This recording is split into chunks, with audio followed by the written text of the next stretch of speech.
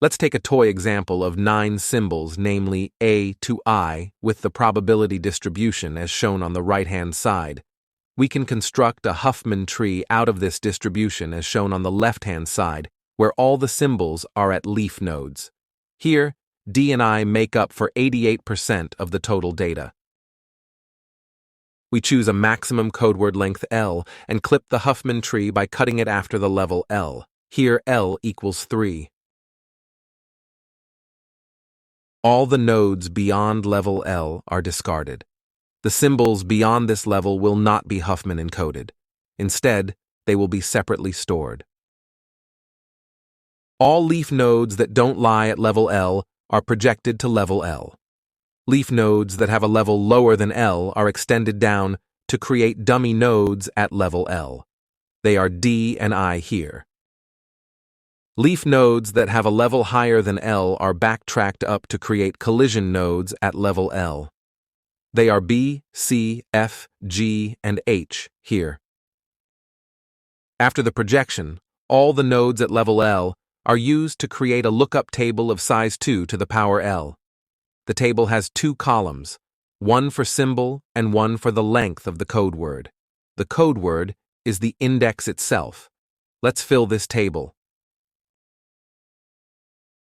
Code word 000 maps to the symbol A and has a length of 3. Code word 001 maps to a collision node, so we set the code word length as negative to indicate a collision node. Code words 010 and 011 both map to dummy nodes of D, which has a length of 2. Similarly, we can fill the rest of the table. Let's try to encode the symbols IBA.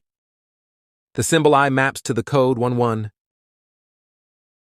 B is a discarded node, so we append the code for its collision node, that is 001. Then, we add it to the second buffer directly. The symbol A maps to 000. Now let's decode it back. We know that the maximum code word length is L, which is 3 here, so we look up the first 3 values which decode to the symbol I and code word length 2. We realize only 2 bits were used, so we shift the window by 2. Looking up 001 tells us that it is a collision node and we need to look in the second buffer. Finally, the last 3 bits decode to A. Huffman codes are variable length codes. This causes different Huffman encoded streams to have different lengths, even when they encode the same amount of data. To understand this better, let's take a toy example with just 2 threads. Here, thread 0 contains code words that are twice as long as thread 1. In this diagram, the lighter shaded colors indicate data to be read by thread 0, and the darker shaded colors indicate data to be read by thread 1.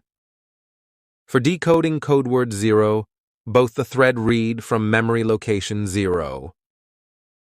For decoding code word 1, thread 0 moves to a new block while thread 1 does not go ahead.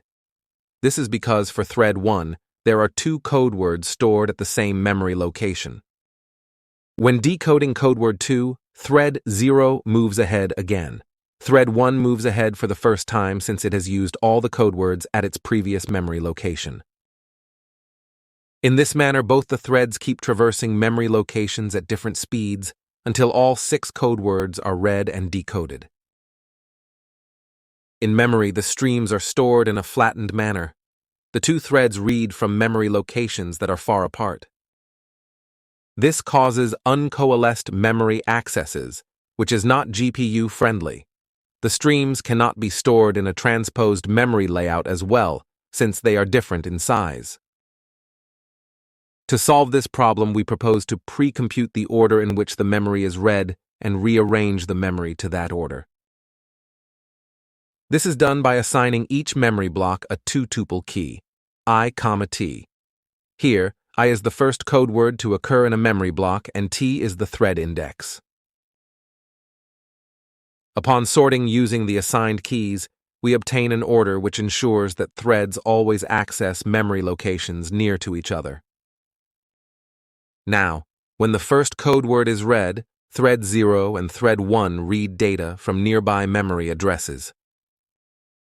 And this happens till the end, even when the threads are traversing memory at different speeds.